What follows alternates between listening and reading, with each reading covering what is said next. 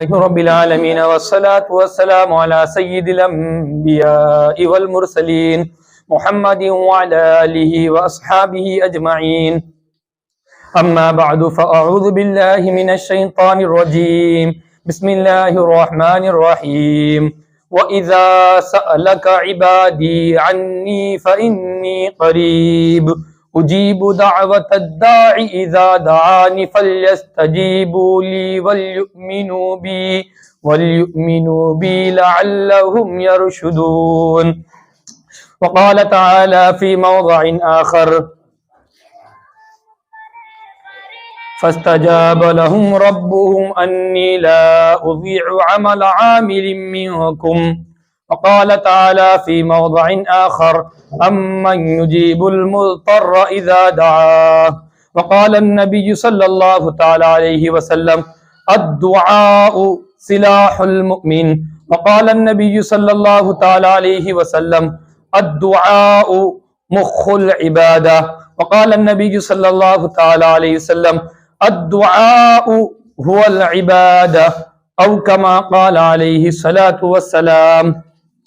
قابل صدر بزرگوں، دوستوں، نوجوان ساتھیوں، تمام عبادات، چاہے اس کے اندر نماز کو لو، چاہے اس کے اندر زکوٰۃ کو لو، چاہے اس کے اندر روزوں کو لو، چاہے اس کے اندر حج کو لو، چاہے جتنے بھی دیگر عبادات اللہ رب العزت نے مجھ کو اور آپ کو عطا فرمائے ہیں، ان تمام احکامات کا، ان تمام عبادات کا لب لباب اور خلاصہ اور مغز جو ہے وہ ہے دعا.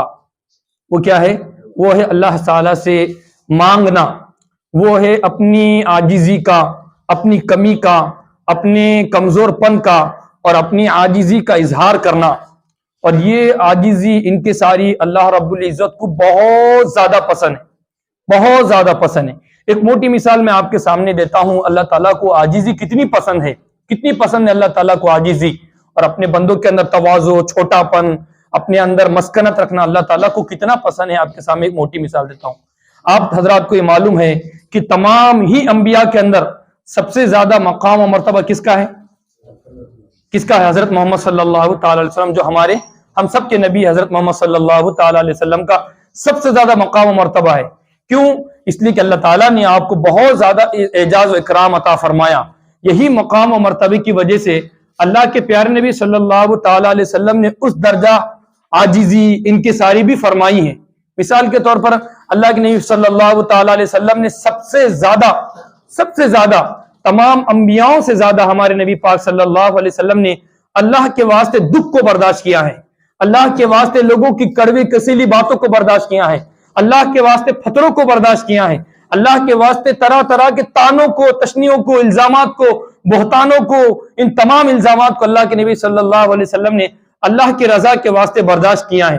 اس وجہ سے جب تکلیفوں کی حد ہو گئی اور موٹی زبان کے اندر جس کو میں اور آپ سمجھانے کے واسطے یہ کہیں گے کہ ذلت پنے کی حد ہو گئی، یعنی جتنا لوگوں کو پروپیگنڈا کرنا تھا، جتنا لوگوں کو ذلیل نعوذ باللہ کرنا تھا، جتنا سازشیں کرنا تھا، جتنی تدبیریں کرنا تھا، جتنا بدنام کرنا تھا، جتنی الزامات لگانا تھا، جب وہ حد سے گزر گئے تو اللہ تعالیٰ نے اپنے پیارے نبی پاک صلی اللہ تعالی علیہ وسلم کو فرش سے بلا کر کہاں پر بلایا؟ عرش پہ بلایا. حالانکہ کسی نبی کو اللہ نے عرش پہ بلایا کیونکہ میرے پیغمبر نے میرے واسطے سب سے زیادہ تواضع کی، میرے واسطے دکھ کو برداشت کیا، میرے واسطے تکلیفوں کو برداشت کیا، میرے واسطے چھوٹا بنا، ان حقیروں کے واسطے، فقیروں کے واسطے، میرے دین کے واسطے، میرے کلمے کے واسطے، میرے اسلام کے واسطے، میرے قرآن کے واسطے، میری بات کو پہنچانے کے واسطے ان فقیروں کے پاس میرا پیغمبر گیا. جب اللہ کے نبی صلی اللہ علیہ وسلم کا اتنا بڑا مقام ہے اور ہمارے سر کے فقیروں کے پاس، ابو جہل کے پاس جا رہے، ابو طالب کے پاس جا رہے، فلاں کے پاس جا رہے، کس کے واسطے گئے؟ اللہ کے واسطے گئے. اپنے آپ کو دین کے واسطے چھوٹا بنا کر پیش کیا. اللہ تعالیٰ نے بھی ہمارے نبی پاک صلی اللہ تعالی علیہ وسلم کو سب سے بڑا مقام عطا فرمایا. کیا عطا فرمایا؟ فرش سے اٹھا کر اللہ کے نبی کو کھڑا کیا عرش اعظم کے اوپر. اللہ تعالیٰ نے کھڑا کیا ہے۔ اس لیے اللہ تعالیٰ کو جو چھوٹا پن ہے، تواضع ہے، اس لیے پیارے محمد اقدس صلی اللہ تعالی علیہ وسلم فرماتے ہیں من تواضع للہ رفعہ اللہ، جو اللہ کے دین کے واسطے، اللہ کے قرآن کے واسطے، اللہ کے مساجد کے واسطے، اللہ کے مدارس کے واسطے، اللہ کے بندوں کے واسطے، خدمت خلق کے واسطے، اللہ کے دین کو بلند کرنے کے واسطے، مدارس مساجد کو بلند کرنے کے واسطے، مدارس کو فائدہ پہنچانے کے واسطے، مساجد کو فائدہ پہنچانے کے واسطے، علماء اکرام کو فائدہ پہنچانے کے واسطے، مدرسے میں جو بچے علم دین حاصل کرتے ہیں ان کو فائدہ پہنچانے کے واسطے اپنے آپ کو چھوٹا بن کے پیش کریں گا، اللہ تعالیٰ اس کو کیا کریں گے؟ بلند کر دیں گے، اس کے مرتبے کو اللہ تعالیٰ بلند کریں گے۔ جو اللہ کے واسطے چھوٹا بنے گا اللہ تعالیٰ اس کو کیا کر دیں گے؟ بلند فرما دیں گے۔ تو میرے ماں حاصل یہ کہنے کا یہ ہے کہ دعاؤں کے اندر ہم چھوٹا بنے، ہم نماز پڑھنے والے بنے، ہم روزہ رکھنے والے بنے، ہم زکوٰۃ دینے والے بنے۔ ان تمام احکامات کو پورا کرنے کے بعد مجھ کو اور آپ کو جو چیز کرنا ہے، جو عبادات کا مغز ہے، جو روزے کا مغز ہے، جو زکوٰۃ کا مغز ہے، جو نماز کا مغز ہے، جو دیگر عبادات کا احکامات کا مغز ہے، وہ کیا ہے؟ دعا ہے۔ اللہ تعالیٰ سے دعا مانگنا ہے۔ دعا کیا مانگنا ہے؟ اے اللہ تیری شان بڑی غفور الرحیم ہے اور تیری شان ورا الورا ہے، تیری شان کے مطابق ہم احکامات کیسے کر سکتے ہیں؟ نہ ہم تیری شان کے مطابق روزہ رکھ سکتے ہیں، نہ تیری شان کے مطابق نماز پڑھ سکتے ہیں، نہ تیری شان کے مطابق اخلاق کو استعمال کر سکتے ہیں، نہ تیری شان کے مطابق قرآن کو پڑھ سکتے ہیں، نہ تیری شان کے مطابق ہم دیگر احکامات کو پورا کر سکتے ہیں۔ اے اللہ تیری ذات ورا الورا ہے۔ ہم نے جو کچھ ٹوٹے پھوٹے انداز میں نماز کو پڑھا ہے، جو کچھ ٹوٹے پھوٹے انداز میں ہم نے غسل کو کیا ہے، جو کچھ ہم نے ٹوٹے پھوٹے انداز میں زکوٰۃ کو ادا کیا ہے، جو کچھ ہم نے ٹوٹے پھوٹے انداز کے اندر روزے کا اہتمام کیا ہے، ان عبادات کو اپنی شان قبول فرما کر ہماری دعاؤں کو قبول فرما۔ یہ ہے عاجزی، یہ ہے تواضع، یہ ہے تضرع، یہ ہے خشوع کہ اللہ تعالیٰ کے سامنے اپنے آپ کو چھوٹا پیش کرے۔ اس لیے اللہ تعالیٰ نے قرآن مقدس کے اندر فرمایا اے بندو مجھ سے معلوم کرو، اے بندو مجھ سے دعا مانگو۔ اللہ تعالیٰ کے پیارے نبی صلی اللہ تعالیٰ نے فرمایا وَإِذَا سَأَلَكَ عِبَادِي، اے پیارے پیغمبر جب آپ سے میرے بندے کہنے لگے کہ اللہ تعالیٰ کہاں پر ہے، اللہ تعالیٰ کے بارے میں سوال کرنے لگے اللہ تعالیٰ ہم سے کتنے قریب ہے، اللہ تعالیٰ نے فرمایا وَإِذَا سَأَلَكَ عِبَادِي، جب میرے بندے میرے بارے میں معلومات حاصل کرنے کی کوشش کرے، میرے بارے میں پوچھو، کہو عبادی فَإِنِّي قریب، میں کہاں پر ہوں؟ فَإِنِّي قریب، اللہ تعالیٰ نے فرمایا میں تمہارے قریب ہوں۔ وَنَحْنُ أَقْرَبُ إِلَيْهِ مِنْ حَبْلِ الْوَرِيدِ، میرے بندوں سے کہو کہ میں تمہاری جو شہرگ ہے، شہرگ جس کے ختم ہونے سے، جس کے کٹنے کی وجہ سے انسان کی جان چلی جاتی ہے، اللہ تعالیٰ فرما رہے اس شہرگ سے بھی زیادہ وَنَحْنُ أَقْرَبُ إِلَيْهِ مِنْ حَبْلِ الْوَرِيدِ، ورید کہتے ہیں شہرگ کو۔ اللہ تعالیٰ فرما رہے جب میرے بندے میرے بارے میں پوچھے اللہ تعالیٰ کہاں پر ہے، میرے بندوں سے جا کر کہو کہ میں تمہارے شہرگ سے بھی زیادہ قریب ہوں، میں تمہاری دعاؤں کو سننے والا ہوں۔ اللہ تعالیٰ نے فرمایا اے میرے بندو مجھ سے دعا مانگو، میرے سامنے اپنی عاجزی کرو، میرے سامنے اپنے دکھڑے سناؤ، میرے سامنے اپنا درد دل بیان کرو، میرے سامنے کاروباروں کی مجبوریوں کو بیان کرو، میرے سامنے گھروں کے معاملات کو بیان کرو، میرے سامنے تجارت کے معاملات کو بیان کرو، میرے سامنے لین دین کے مسائل کو بیان کرو، میرے سامنے اپنے دکھڑے کو بیان کرو۔ اے اللہ گھر کے اندر سکون نہیں ہے، اے اللہ کاروبار میں برکت نہیں ہے، یا اللہ ہمارے اوپر زمینی مصیبت آ رہی ہیں، ہمارے اوپر حکومتی مصیبتیں آ رہی ہیں، فلاں پریشانی آ رہی ہیں، ان تمام پریشانیوں کی وجہ سے اے اللہ میری پریشانی کو دور فرما۔ اللہ تعالیٰ نے فرمایا اے بندو مجھ سے مانگو، کیا فرمایا اللہ تعالیٰ نے وَإِذَا سَأَلَكَ عِبَادِي عَنِّي فَإِنِّي قَرِيبٌ أُجِيبُ دَعْوَةَ الدَّاعِ إِذَا دَعَانِ فَلْيَسْتَجِيبُوا لِي وَلْيُؤْمِنُوا بِي لَعَلَّهُمْ يَرْشُدُونَ۔ میرے بندوں کو چاہیے کہ مجھ سے دعا مانگے۔ کس سے دعا مانگے؟ کس سے دعا مانگے؟ زور سے کہو کس سے مانگے؟ اللہ سے دعا مانگے۔ کس سے؟ کون کہہ رہا ہے؟ یہ اللہ کہہ رہا ہے۔ اور ہم کس سے دعا مانگتے ہیں آج؟ ہم کس سے دعا مانگتے ہیں؟ ہمارے ہاتھ کس کے پاس پھیل رہے ہیں آج؟ کس کے پاس پھیل رہے ہیں؟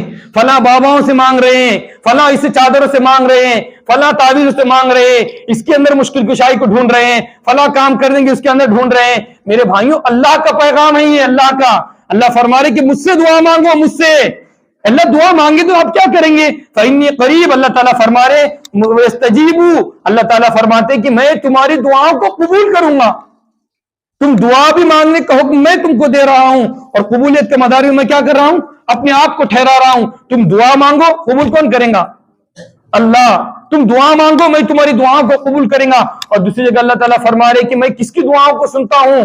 ایسا نہیں کہ نماز پڑھیں گے تو ان کی دعاؤں کو قبول کروں گا, روزہ رکھیں گے تو اس کی صرف دعاؤں کو قبول کروں گا, جو حج کریں گا صرف اس کی دعاؤں کو قبول کریں گا. نہیں, اللہ آپ کس کی دعاؤں کو سنتے ہیں؟ اللہ تعالیٰ نے فرمایا قرآن مقدس کے اندر, سن لو میرے جیسے گناہگاروں کے لیے, ہم جیسے پاپی اور مجرموں کے لیے اللہ تعالیٰ نے کیا قرآن مقدس کے اندر آیت کو نازل فرمایا ہے کہ ہم اللہ تعالیٰ کے سامنے اپنے دکھڑے دل کو بیان کر سکتے ہیں, اللہ کی درگاہ کے سامنے مان سکتے ہیں, اے پیارے خدا میری پریشانی آ گئی, میں نے تیرے سامنے نماز کے لیے نہیں آیا, نہ روزے کے لیے آیا تھا, نہ میں نے حج کو کیا تھا, نہ دیگر اہتمام کیا تھا, نہ صدقہ کیا تھا, نہ زکوٰۃ نکالا تھا. لوگ زکوٰۃ کے لیے لے کر آتے ہیں, زکوٰۃ کے بعد دعائیں مانگتے ہیں, نماز کے بعد دعائیں مانگتے ہیں, روزے کے بعد دعائیں مانگتے ہیں, دیگر عبادات کے وقت دعائیں مانگتے ہیں, بڑے بڑے اجتماع کے بعد دعائیں مانگتے ہیں, دعاؤں کی محفل سجاتے ہیں, قرآن کے پاک کے پاس دعائیں مانگتے ہیں. اے اللہ تیرے بندے بڑے پیارے پیارے ہیں, وہ بڑے نیک بندے ہیں, مگر میں گناہگار ہوں.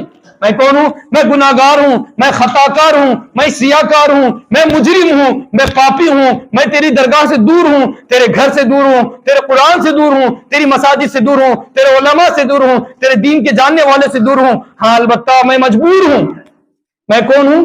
اے اللہ میں مجبور ہوں, میں پریشان ہوں, میں دنیا کا ستایا ہوا ہوں, میں دنیا کا پریشان ہوں, میں دکھڑا دل لے کر آیا ہوں. میرے پاس نہ نماز زیادی ہے, نہ عبادات زیادی ہیں, نہ طاعت زیادی ہے, نہ میں زیادہ روزوں کا پابند ہوں. میں البتہ اللہ پریشان ہوں, تو میری دعاؤں کو سن لے. اللہ فرما رہے کہ میں کس کی دعاؤں کو سنتا ہوں.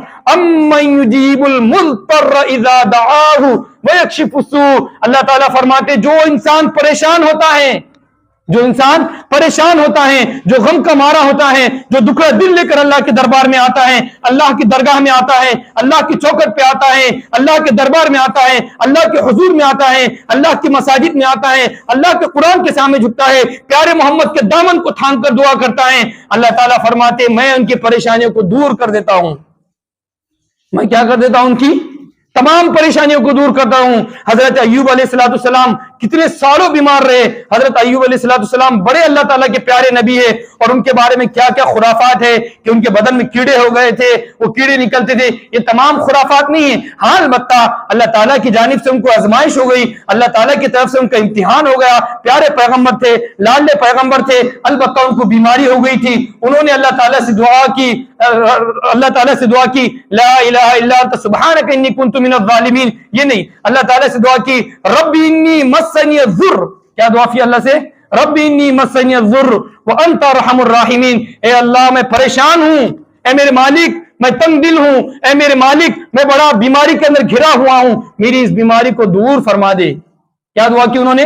رب انی مسنی الضر وانت ارحم الراحمین. اے دنیا کے اوپر رحم کرنے والے, اے دنیا کے اوپر رحم کرنے والے, اپنی رحمانیت سے سب کو کھلانے والے, تمام کی پریشانیوں کو دور کرنے والے, میری اس دعا کو قبول فرما کر مجھے اس بیماری سے کیا کر دے؟ چھٹکارا عطا فرما دے. ٹھیک اسی طریقے سے حضرت یونس علیہ السلام جب مچھلی کے پیٹ کے اندر گئے تھے, انہوں نے دعا کی. کیا کی دعا؟ لا الہ الا انت سبحانک انی کنت من الظالمین. جب نوح علیہ السلام پریشان ہو گئے, جب حضرت نوح علیہ السلام کے اوپر ایک مصیبت نازل ہو گئی, جب نوح علیہ السلام کے اوپر ایسی مصیبت نازل ہو گئی جن کا ان کو وہم نہیں تھا, جن کا ان کو خیال نہیں تھا. جیسے ہمارے زمانے کے اندر 2020 میں کون سی بیماری آئی تھی؟ کون آئی تھی؟ ماکڑ گونیا کہ چکن گونیا؟ ایک ماکڑ گونیا بھی آ کے گیا تھا, چکن گونیا بھی آیا تھا. یہ تمام بیماریاں 2020 کا کون سا یادگار سال ہے ہمارا؟ کون سی بیماری ہے جس کے اندر؟ کورونا وائرس, جس کا ہم کو وہم بھی نہیں, جس کا گمان بھی نہیں, جس کے خیالات میں نہیں. اور ایسی بیماری آنے کے بعد مجھ کو اور آپ کو چاہیے کیا تھا؟ اللہ کی طرف رجوع کرنے والے بنتے. اور ہم کس کی طرف رجوع کر رہے تھے؟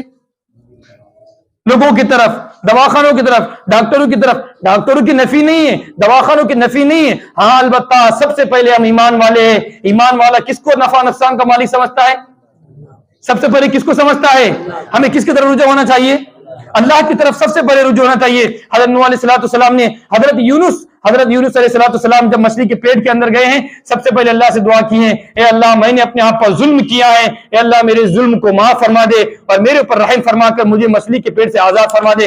ٹھیک اسی طریقے سے حضرت ایوب علیہ السلام نے بھی یہ دعا کی ہے، حضرت ابراہیم علیہ السلام نے بھی دعا کی ہے، حضرت زکریا علیہ السلام نے بھی دعا کی ہے، بڑے بڑے پیغمبروں نے اللہ تعالیٰ سے دعاؤں کا اہتمام کیا ہے۔ ہمارے پیارے پیغمبر نے دعا کی ہے، حضرت ابراہیم علیہ نبی جی علیہ السلام نے جب کعبۃ اللہ کو بنایا تو اللہ تعالیٰ سے دعا کی، اے اللہ میں تجھ سے دعا کرتا ہوں، اے اللہ میں تجھ سے التجا کرتا ہوں، اے اللہ میں تجھ سے درخواست کرتا ہوں اس کعبے کو تو آباد کر دے اور ہماری نسلوں سے ایک بندے کو پیدا فرما جو انہی میں سے ہو اور پوری دنیا کے اندر تیرے دین کا کام کرنے والا ہو، تیرے اسلام کا کام کرنے والا ہو، تیرے قرآن کا کام کرنے والا ہو۔ جب کعبۃ اللہ کی مرمت کر دی، جب کعبۃ اللہ کو بنا دیا، جب انہوں نے دعا کا اہتمام کیا، اللہ رب العزت نے ان کی دعاؤں کو قبول فرما دیا۔ اس لیے ہمارے نبی صلی اللہ تعالی علیہ وسلم فرماتے ہیں میں دعاؤں کا نتیجہ ہوں ابراہیم خلیل اللہ کی۔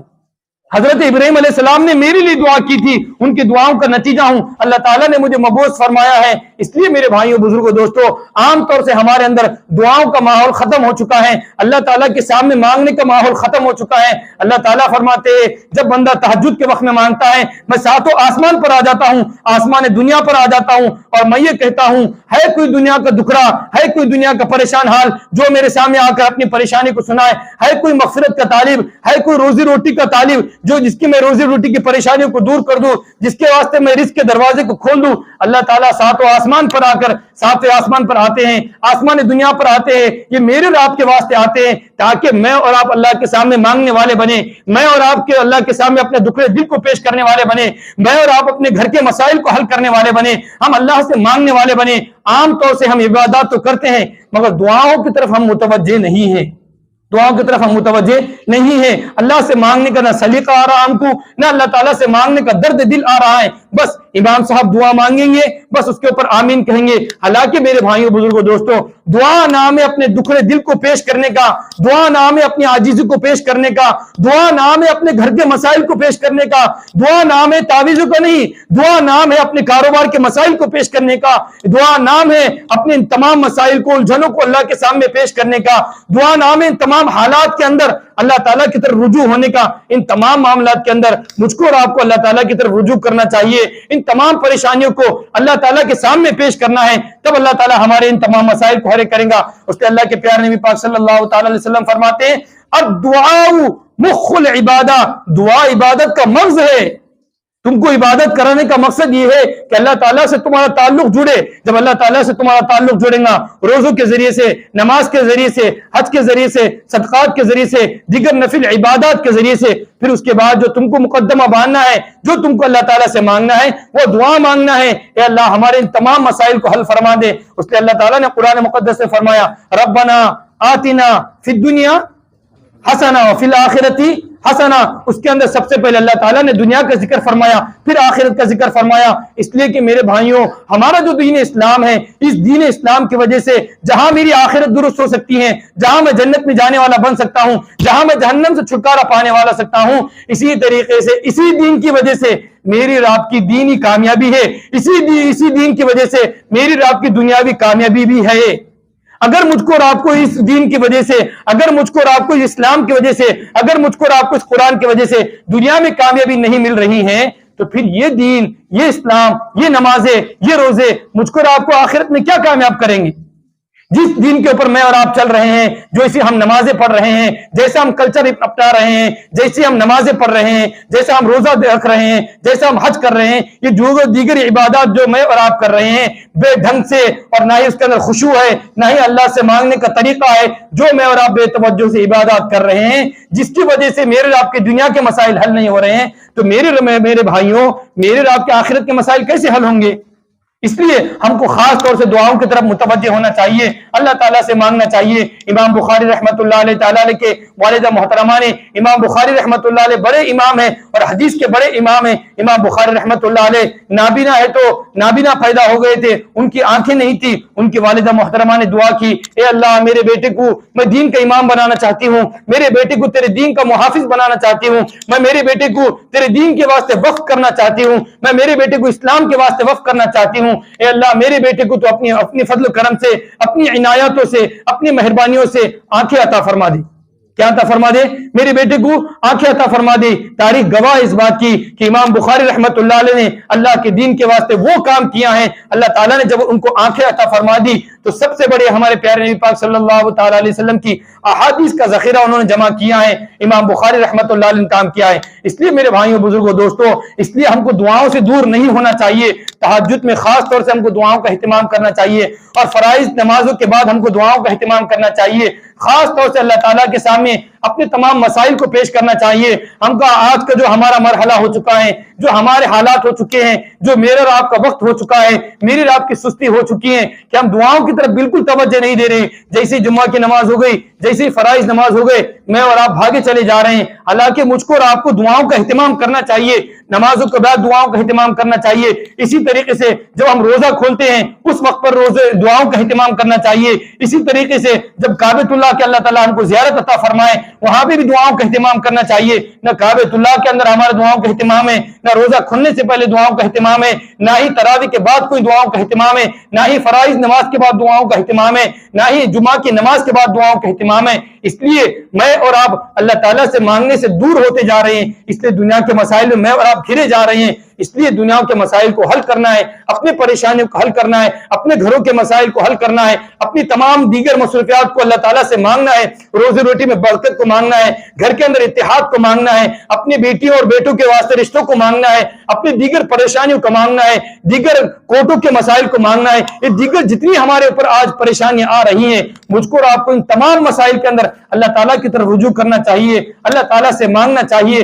اگر میں اور آپ اللہ تعالیٰ سے مانگنے والے بنیں گے، میں اور آپ اللہ تعالیٰ کے بھکاری بن جائیں گے، میں اور آپ مساجد کے اندر رجوع کرنے والے بنیں گے، میں اور آپ قرآن مقدس سے وابستہ بن جائیں گے، میں اور آپ نبی محبت صلی اللہ تعالیٰ علیہ وسلم کے دامن کو تھام لیں گے، تو اللہ تعالیٰ مجھ کو اور آپ کو دیگر درگاہوں سے مستغنی کر دے گا، مجھ کو اور آپ کو اللہ تعالیٰ دیگر اغیار سے مستغنی کر دے گا، مجھ کو اور آپ کو اللہ تعالیٰ دیگر حکمرانوں سے مستغنی کر دے گا۔ اس لیے ان تمام مسائل کے اندر دعاؤں کا خصوصی اہتمام کرنا چاہیے۔ والدین کو بھی چاہیے کہ اپنے اولاد کے واسطے خوب دعائیں کرے۔ اللہ کے پیارے نبی فرماتے ہیں اللہ تعالیٰ اولاد کے حق میں والدین کی دعاؤں کو بہت زیادہ سنتے ہیں۔ خاص طور سے والدین کو چاہیے اپنے اولاد کے واسطے، کامیابی کے واسطے، ان کے اچھے رشتے کے واسطے، ان کے اچھے کاروبار کے واسطے، ان کے تمام دیگر مسائل کے واسطے ان کے واسطے درد دل مانگنا چاہیے۔ یہی اسلاف کا نمونہ رہا ہے، یہی اسلاف کی تاریخ رہی ہے۔ اس لیے مجھ کو اور آپ کو اللہ تعالیٰ سے دعا ہے کہ اللہ تعالیٰ مجھ کو اور آپ کو اللہ تعالیٰ سے خوب دعائیں مانگنے کی کوشش عطا فرمائے، توفیق عطا فرمائے۔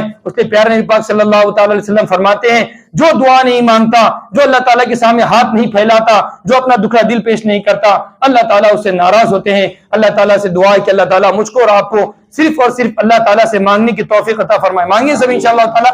اللہ تعالیٰ سے دعا ہے کہ اللہ تعالیٰ مجھ کو اور آپ کو اپنے تمام مسائل میں اللہ تعالیٰ کی طرف رجوع کرنے کی توفیق عطا فرمائے۔ وآخر دعوانا الحمدللہ۔